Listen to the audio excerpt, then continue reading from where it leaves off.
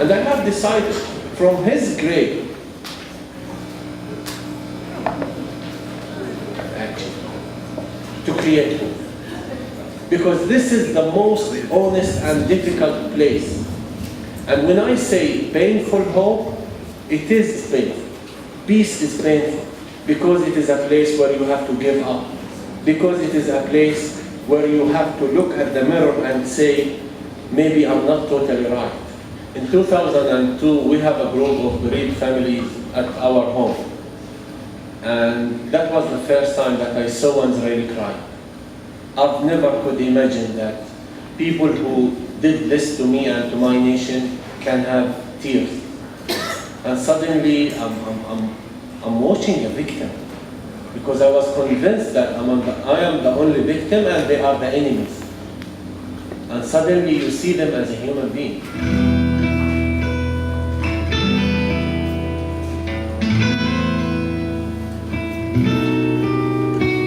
After years, I found that the Palestinian freedom should pass through Jewish hearts. If we can create trust and overcome the fear, we will be the happiest two nations on the planet.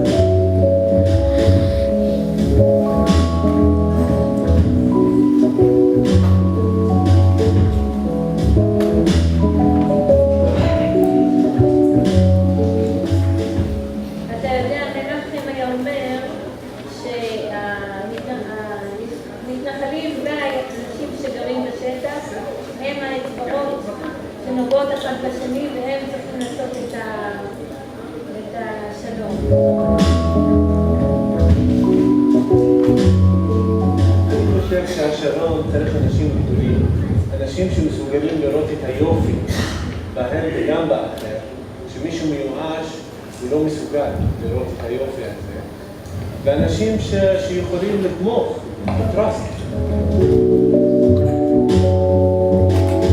In that first meeting I told them, well, we had this project that Ziad and I started called Heaven's Field, and it's been stuck and stuck and stuck.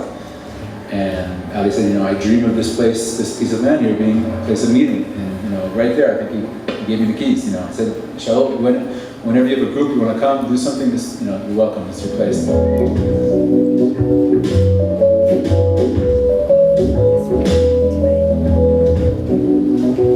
Years and years, we are saying again, don't talk to settlers, don't talk to settlers, and settlers are getting stronger. Settlement is becoming cities. Then I just thought to myself, there's something wrong here. I want to know these people. I want these people to get to know me.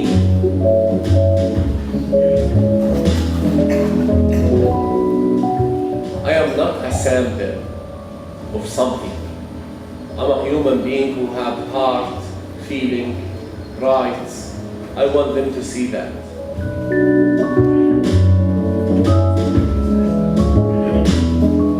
To belong to the land and not to make the land belong to us.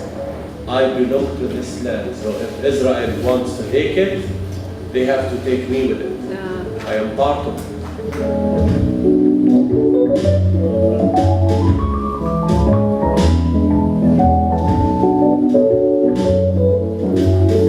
Even though this is not maybe the same as what happens between John Kerry and Abu Mazen and Bibi, without us, they're nothing. And I know everybody has to walk across a bridge to get here. But I'll quote my rabbi, says the main thing in walking that bridge is not to be afraid, not to get scared. And God help us, and God bless this land.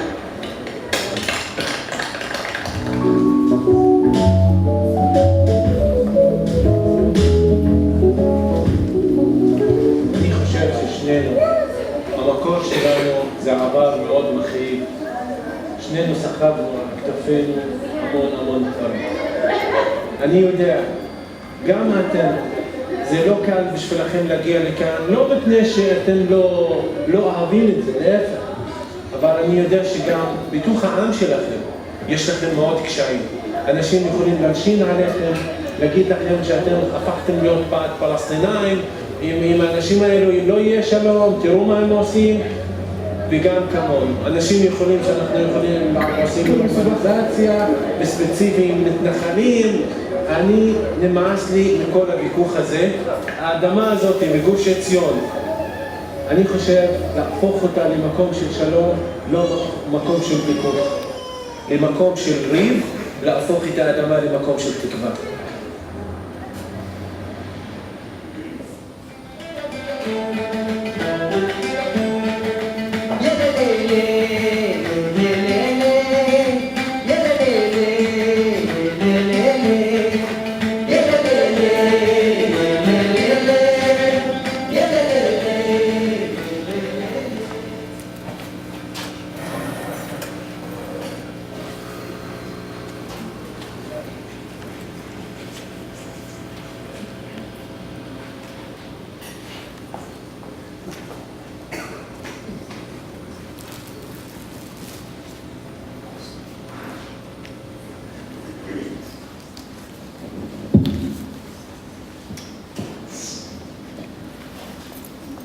Can you all see me? I'm limited in a way.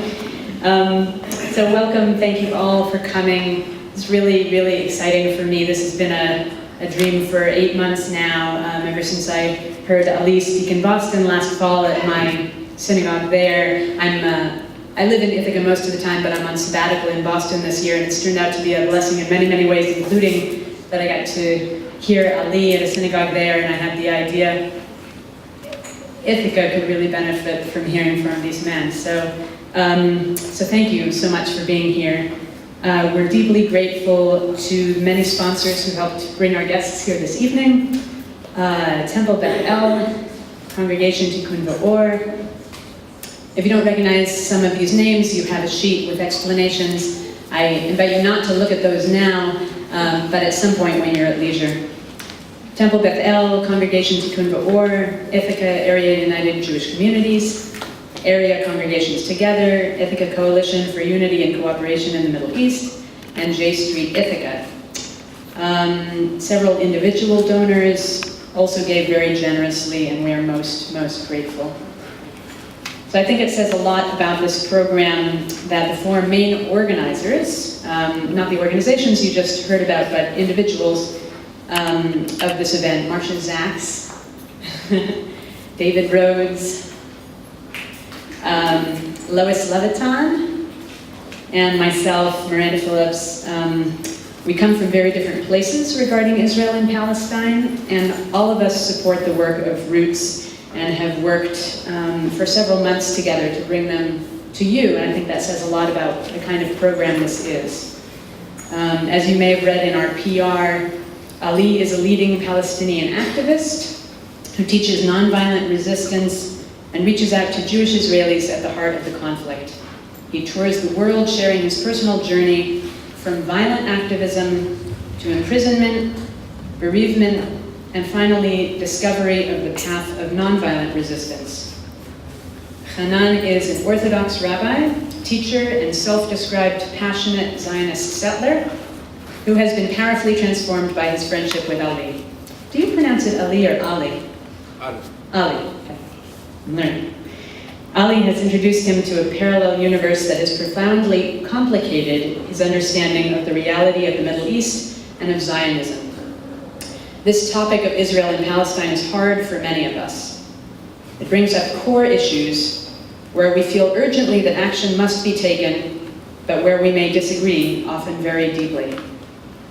We may wonder what we need to do in the short term and in the long term to promote peace in what can feel like an intractable conflict. What is our role in the struggle for justice?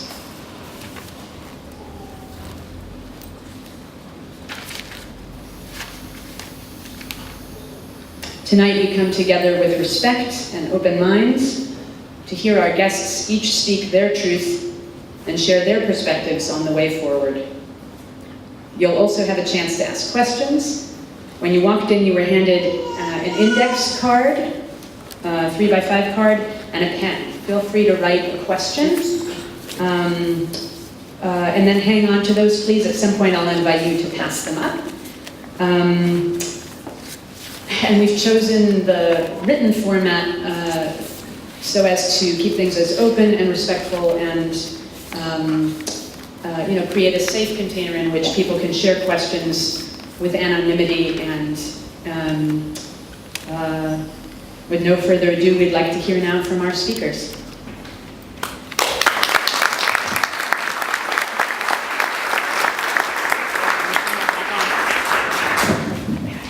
Good evening, and thank you really so much for having us.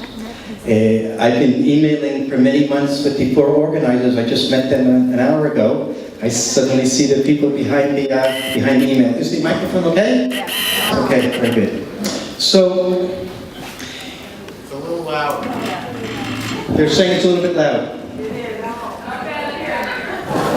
It's okay. This really shouldn't have happened. The fact that Ali and I met was not in the cards. The fact that we became friends and then colleagues and then builders of an organization together where we come from, such a thing cannot be. It's a miracle. Because Palestinians and Israelis, where we come from, do not meet. They do not recognize the existence of the other. It's not a political statement, it's a psychological statement. We don't see the other. There's no contact. So the fact that we're here tonight and we've done everything we've done together is absolutely unexpected. Now, that's not to say we live a far distance from each other. Ali lives a 20-minute walk from me. Look at where we live. On the map there you see Jerusalem, underneath it you see Bethlehem, and underneath it you see Hebron. We live right between Beit Lechem and Hebron. The area of Beit Umar for Palestinians, it's called the area of Alon Shvut, Gush Etzion for Israelis. It's called by different things, and the Israelis and the Palestinians live in different worlds, and suddenly these two worlds came together. So I want to tell you who I am, what my spiritual world is, and I want you to understand how strange, unlikely it is that this meeting ever happened. So I introduce myself to you as a Jew, as a Zionist, and as a settler. And I'll explain to you what I mean when I say that. Please understand that to be a Jew, from my perspective, is not merely to be a member of a religion. I'm not a member merely of a faith community. The Jews are a family that became a clan, that grew into a people, that became a nation. I am a member of the Jewish nation. And that nation, from the very, very beginning, the 12th chapter of the book of Genesis, that nation was promised a piece of real estate, a land, and we were told that God would give to the seed of Abraham, the founder of the Jewish nation, the land of Canaan, which we call the land of Israel. From the inception of the Jewish people, we're connected to the land. And for 2,000 years now, we've been exiled from the land, but we've seen ourselves in diaspora, in dispersion, hoping, praying, waiting, crying, looking forward to the day when the Jewish people, the Jewish nation, will be reunited with its land. And I also want to make it very clear that Jewish identity is much more than individual identity. Standing in front of you is not just Hanan Schlesinger, who was born 58 years ago and will die tomorrow or another 30 years. I am Hanan Schlesinger, the Jew who was born 3,000 years ago. My identity, in my eyes, is an expanded collective identity. All the links in the chain of Jewish tradition are me. I remember what it was like when I walked with Abraham in the land. I remember the time of Joshua. I was there with King David. It's all part of me. The past, the present, and the future.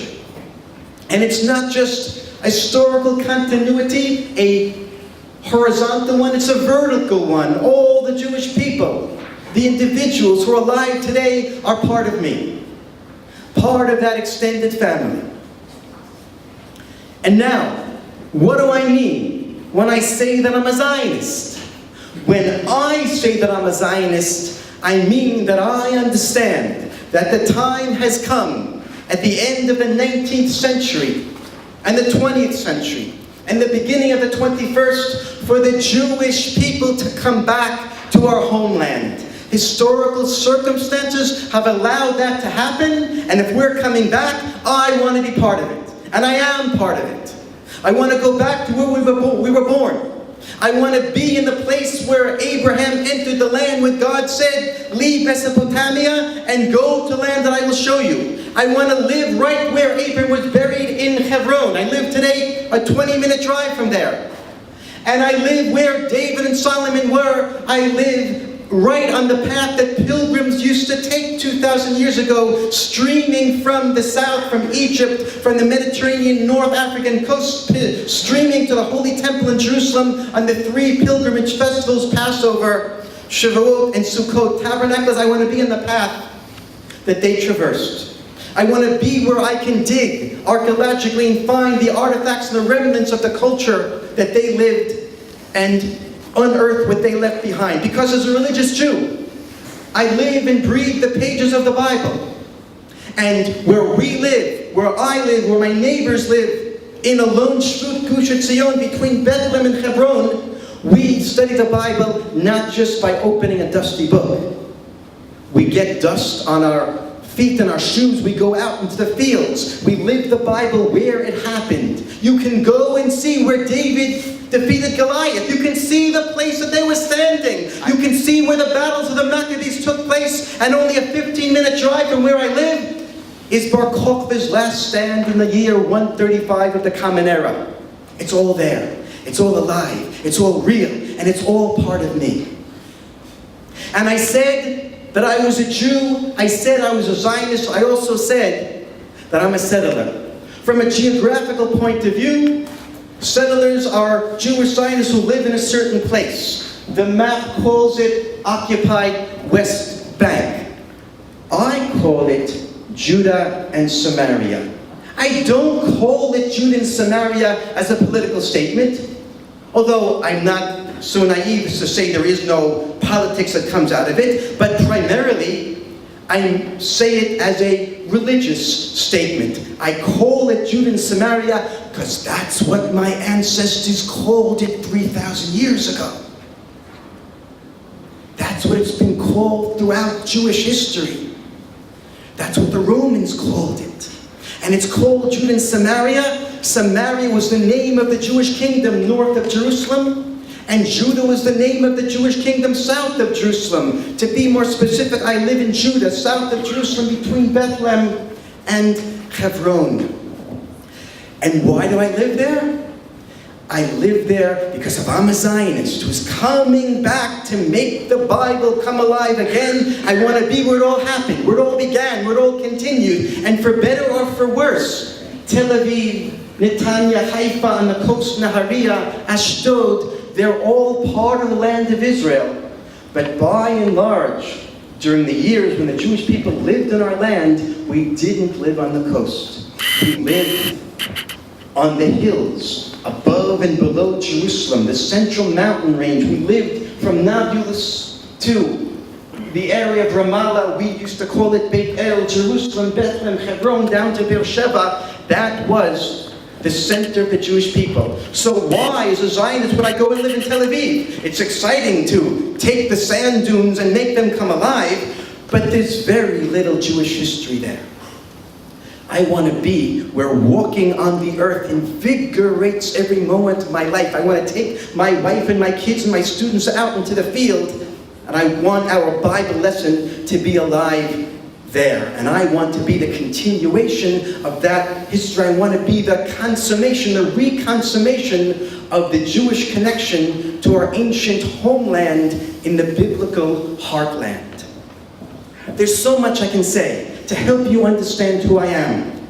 I'm going to take one statement from the prophetic portion of the Bible. Perhaps some of you know, usually Christians know this better than Jews. There is, in the book of Ezekiel, a chapter called the vision of the dry bones. Some of you perhaps know, right? So, the vision of the dry bones. The prophet Ezekiel has a dream. God shows him a vision. And in the vision he sees a graveyard. Dry bones, slain human beings, dead bodies. And God asks him, can these dry bones live? And the prophet says, only you know, God. And then God says to the prophet, prophesy over these bones and say to them, arise from your graves and become living souls. And then the prophet says that and sees the graves open up. This is a dream. This doesn't happen in reality. He sees it in his mind's eye. The graves open up and the bones arise, bone to bone, sinew to sinew, then there's muscles, then flesh comes upon them, and the prophet sees a mighty host, a mighty army of human beings, thousands and thousands. And then God says to the prophet, these bones are the whole house of Israel. You say you're clean cut off. You have no future, you're finished. If you think, says God, that the Jewish people are dead, dry bones, cut off, finished, there's no hope for them, I'll show you there is hope. If you think they're dry bones, even dry bones I can make come alive. And then God says, this symbolizes the return of the Jewish people to the land of Israel.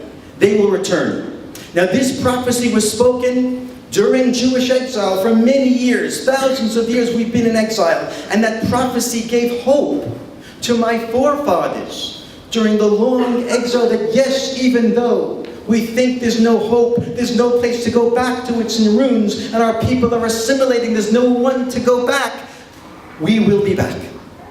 I want to tell you, if I had lived in the Middle Ages, I don't know if I would have had the faith to believe that the Jewish people would ever come back to our homeland. Had I lived in the 1700s, I don't know if I would have had the faith. If I would have lived in the 1800s, I don't know if I would have had the faith.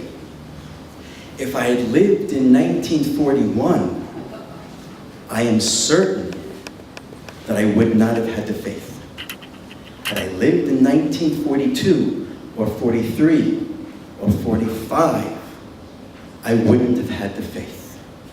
Because in those years, we were not, the Jewish people were not symbolically dry bones, we were really dry bones. We were bones, and we were ashes, and we were cakes of soap, and we were smoke coming out of the chimneys of Bergen, Belsen, and Auschwitz. And if you would have asked me in 1941, can those dry bones live? The answer would have been, of course not. Can cakes of soap and ashes and smoke in the sky reconstitute themselves into living human beings, will create a vibrant nation upon its land? Preposterous, impossible. That was in 1945. 3 years later, in 1948, the state of Israel was declared, and those dry bones were alive. And if you don't believe me, one of them is standing right here and speaking to you. Thank God.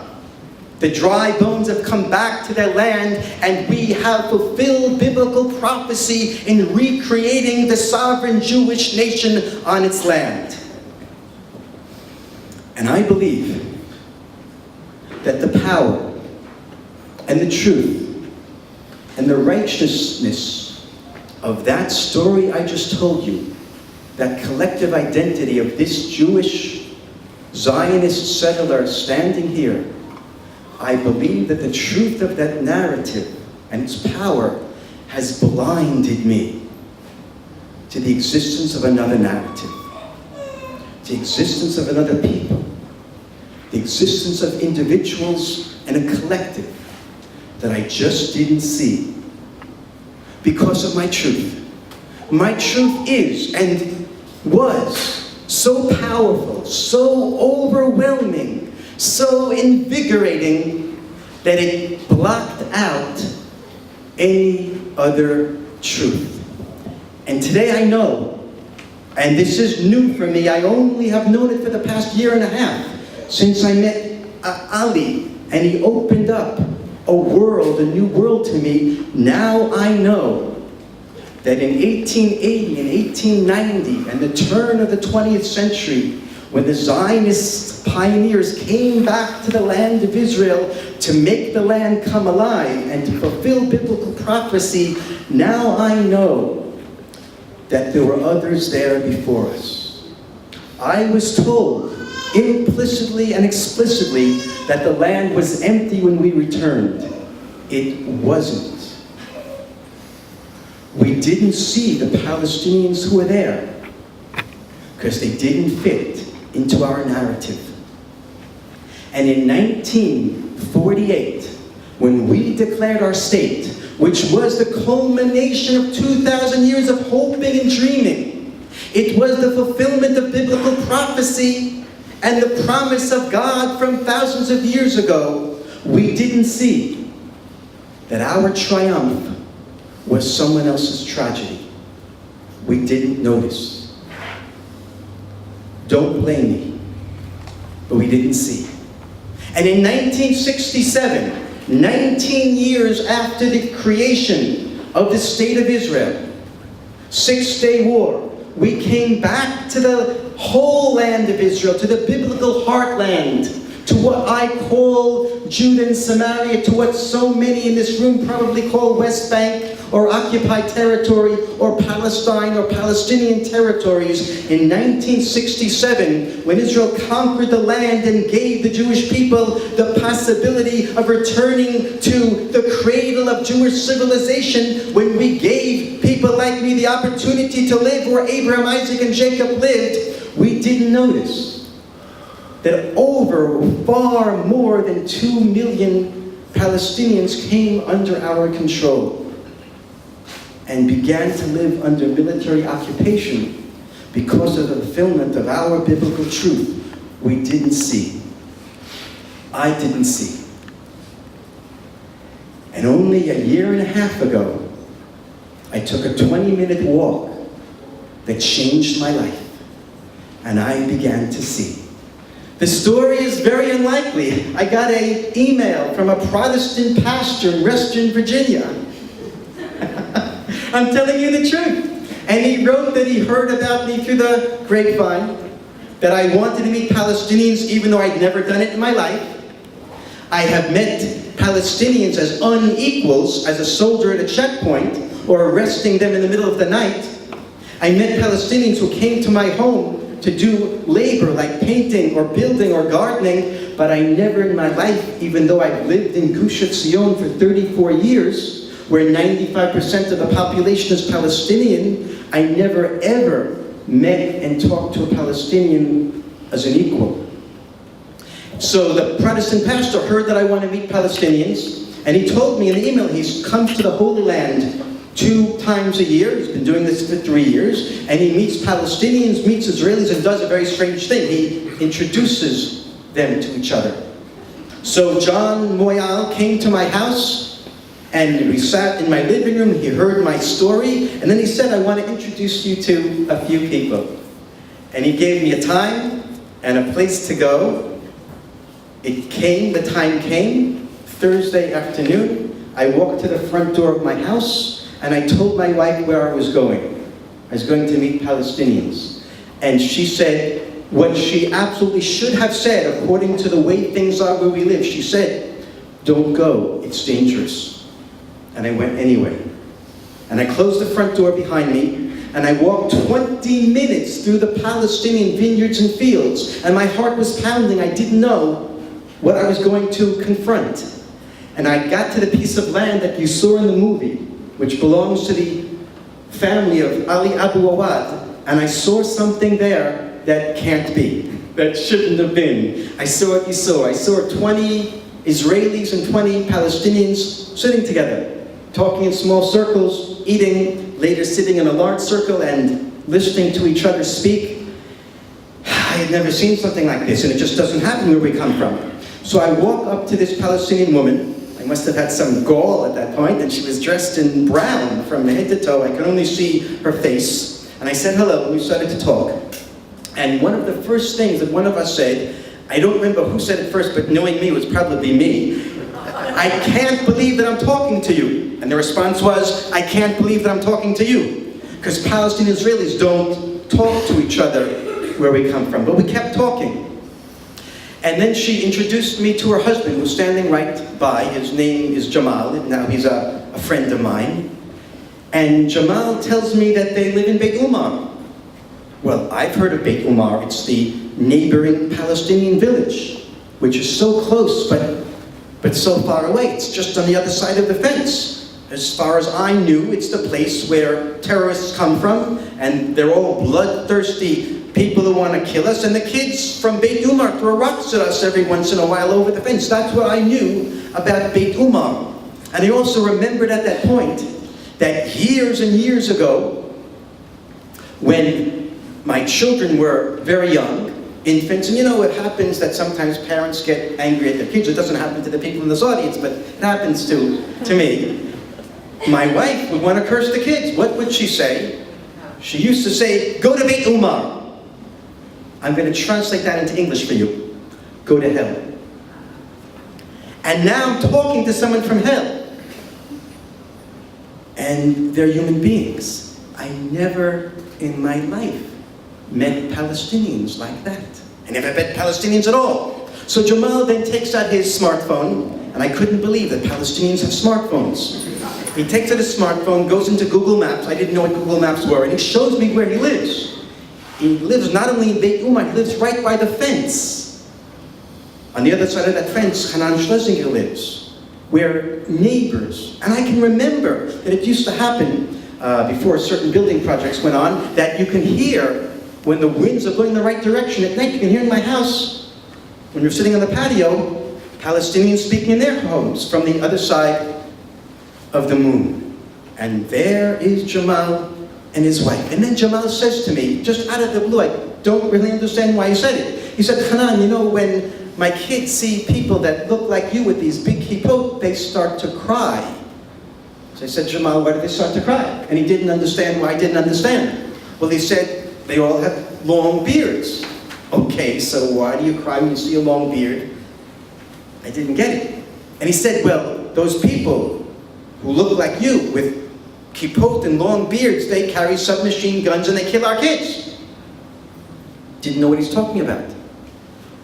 But after like 2 or 3 seconds, I began to understand how he and his children see me. Began to look in the mirror. Because I know, of course, that we Jews, we settlers, often go out of the fences of the settlements to walk in the biblical heartland, to walk where Abraham, Isaac, and Jacob walked, to visit the sites where the Maccabees fought the Syrians in the miracle that led up to Hanukkah. And of course we carry submachine guns because it's dangerous. And I suddenly realized how those little Palestinian kids see me as someone walking through their fields, dressed very strangely and always carrying a big gun. I began to understand perhaps how he and his children see me. And then he says to me, like for emphasis, you know, Hanan, we're all afraid of you. And I said, no, we're all afraid of you. And we realized we're all afraid of each other. And I want to stop my story for a second and kind of illustrate to you the depth of that fear that we both live in. So look, about 9 months ago, a Palestinian who lives right outside the entrance, the gate of Alon Shvut, the settlement where I live. There are 6 or 8 Palestinian homes, little clan, on the other side of the road, right at the entrance. This guy put up a sign in Hebrew that says, Mishtelet HaShalom, the peace nursery. Nursery in the sense of place selling potted plants and gardening implements. And he wrote in Hebrew, he wanted Israelis to come and buy his stuff. I think that he was wrong. The place closed down very soon because Israelis wouldn't go into a Palestinian establishment. So anyway, he puts up this sign, and I said to my wife, you know, we need a certain potted plant in the house. We have lots of plants, and we had a table that was missing a plant. He said to my wife, why don't you go to this new nursery and get what we need? And the craziest thing happened. She did what I suggested. And it's not just that she's my wife, and I didn't expect that she'd do what I suggested, but no Israeli would go into a Palestinian establishment. My wife certainly wouldn't, but she forgot herself. And she said, okay, I'll go. She just got into the car and she went. She came back with the plant, and she told me the following story when she got back a half hour later. She said, I got in the car, drove the 2 minutes to the gate of a lunch food, parked the car, walked across the street, walked into the entrance of the nursery. A Palestinian kid met me there, didn't know Hebrew too well, and then the owner came over, knew Hebrew better, and he brought me deep into the nursery. Just he and I walked all the way to the end of the hot house, and he showed me some plants. I got what I wanted. We walked out together, and as we left the hot house towards the cash register, we passed 3 or 4 Palestinians sitting and eating and talking Arabic. And I got to the cash register and I paid for the plant, and I got in the car and I brought it home, and here it is. And it was a frightening experience, and I'll never do such a thing again. And I didn't know what to tell her. How could I respond? Fear is irrational. I wanted to say, Ayala, nothing happened. You got what you wanted. It was cheap, it was convenient. But from her perspective, something did happen. She got herself into the lion's den, and she barely got out alive. And she said to me, I did a stupid thing, and I'll never do it again. That's the way we live. Why do we have such fear? Well, one reason we have such fear is because we live so close to each other, Palestinians and Israelis, so close, but we have no contact. I want you to understand this. We live in our settlements, they live in their villages and towns. They have their own house of worship, they're Muslim or Christian in some cases, Beit Umar they're Muslim, and we're Jewish.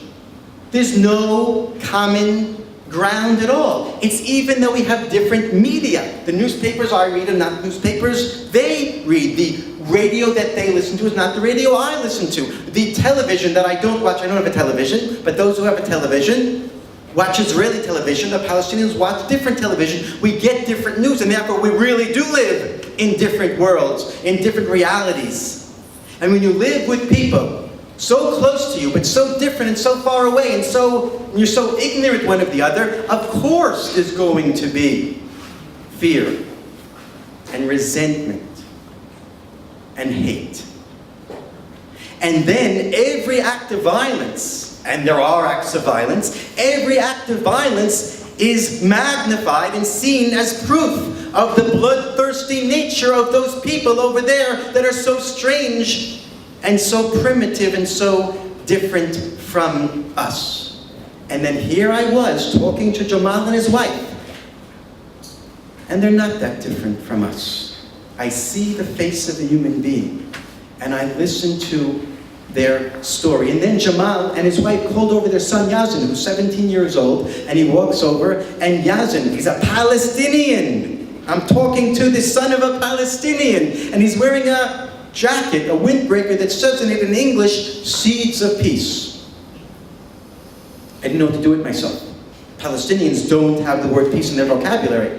And this kid's wearing a jacket that says seeds of peace. Now, I didn't know what seeds of peace is. I had to ask him, and explain to me about this camp in Maine that brings Palestinian and Israeli kids to meet each other. This Palestinian kid went to a camp about peace, and he was explaining to me the benefits of peace. I don't know what happened to me at that very moment. And then we talked and we ate together, and then as you saw in the movie, as the sun was going down, we sat in a circle. And Shaul Yudelman, you saw speaking in English from a Jewish perspective, the guy with long peyot, with long side curls, and then Ali spoke. Just an hour before he spoke, I had met a Palestinian for the first time. And now I'm hearing a Palestinian who's articulate, and who's sensitive, and who speaks without rancor and without hate. I heard this Palestinian speaking and I couldn't believe it. And he told the story he's about to tell you, a story of living under occupation. I had never heard the word occupation used vis-a-vis me directly. I'm not an occupier. I'm a fulfiller of the biblical vision for the Jewish people. And suddenly I hear that from his perspective, he's living under occupation, and he is, and he's living under my occupation. And I heard his story, and I heard a story that was so foreign to me, and so challenging, and so difficult, and so offensive, because it's so contradictory to the life I live, and to the truths I hold dear. And I heard him talk about Zionists, and I heard him talk about 1948 and 1967, and he's taking the building blocks of Jewish history that I know. For me, it's Jewish history, and he's weaving them into a narrative that's so different and so foreign from mine, but I didn't hear him lying. I didn't hear anything false. So what happens to me when I walk out of there? I consider myself a thinking person, and I don't know what to think. So I go home, and in the next few days, I find myself on the internet, reading these leftist websites that a good religious Jew like me should never be caught dead reading. And they're saying all these things that are not nice. They're saying them about me. They're saying not nice things about me. And I don't like what I'm reading, and I want to stop. But I continue, and I begin to see that they're speaking, in many cases, with a lot of rancor and a lot of hate and a lot of misunderstanding of me, but they're also saying some things that are true. And I know that they're true because I've seen them, but I've not seen them. I've seen Palestinians arrested in the middle of the night, but I didn't see. And I've seen Palestinians stopped at checkpoints and being held up for hours, but I didn't see. And I saw the situation of Palestinian villages as opposed to the situation economically of the Jewish settlements, but I didn't see. But now, after I had that human contact with Jamal, with Ali, with others, something changed, a switch happened inside me, and another truth began to penetrate. And I go back and I talk to Ali, and I talk to other Jewish settlers who have become friends with Ali and who are veteran peace activists, and I meet more Palestinians, and the weeks and the months go by. And they were really hard. They were spiritually hard. I take this religiously. I felt that religiously my world was being challenged, and it was. And there were times in which I felt like nauseous. You know when your world falls apart and you feel nauseous? It's like my stomach fell on the ground. I had to pick it up and put it back in, time and time again. But I kept going, I kept thinking, I kept searching, I kept talking to people, and I began to become a different person. I began to undergo a transformation, and that transformation doesn't mean that I'm not a Zionist anymore. It doesn't mean that I want to leave my home. I still believe very strongly everything I told you in the first 10 minutes. I am living the fulfillment of God's vision for the Jewish people. But there's also something else going on. There's the persecution of a people that doesn't deserve to be persecuted. There's the persecution of a people that deserve the same rights and the same dignity that I have. And those dignities and those rights are being trampled because myself and my people are fulfilling our vision blindly, without seeing the larger picture of what's happening. And I've come to a place in which I say to myself that my truth is true, but it's partial. And there's another truth that I've absorbed into my soul, and that's the Palestinian truth, of the individuals and of the collective, and that's also true. And I believe as a rabbi, as a religious Jew, that the definition of falsehood is partial truth masquerading as full truth. The definition of real truth is when you know that what you know is only partial. It's only half of the truth, and you make an effort to incorporate more and more truths into your spiritual personality. So I began a journey, a spiritual journey of incorporating the Palestinian truth into my own truth. And as months went by, I realized that's not enough. It can't be just Hanan's narcissistic spiritual journey of becoming a more fulfilled and a completer Jew with more and more truth. We also have to do something about it. I'm in Palestinian neighbors who are suffering from my partial truth. And against my will, I found myself thinking even more deeply. How do I live out my truth? Not just know my truth, but live it out. And not trample on the rights of my neighbors, and even how do I begin to enhance the rights of my neighbors. And it turns out that as I was going on this journey, I was in the middle of the formation of an organization of Palestinians and Israelis who were much, much more experienced in peacemaking than I was. And I found myself at the center, the epicenter of the creation of Roots, Judor, Shorashim, the local Palestinian Israeli initiative for understanding non-violence and transformation. And Ali's going to tell you his story, then we'll come back at the end and tell you about what is being built together. Thank you.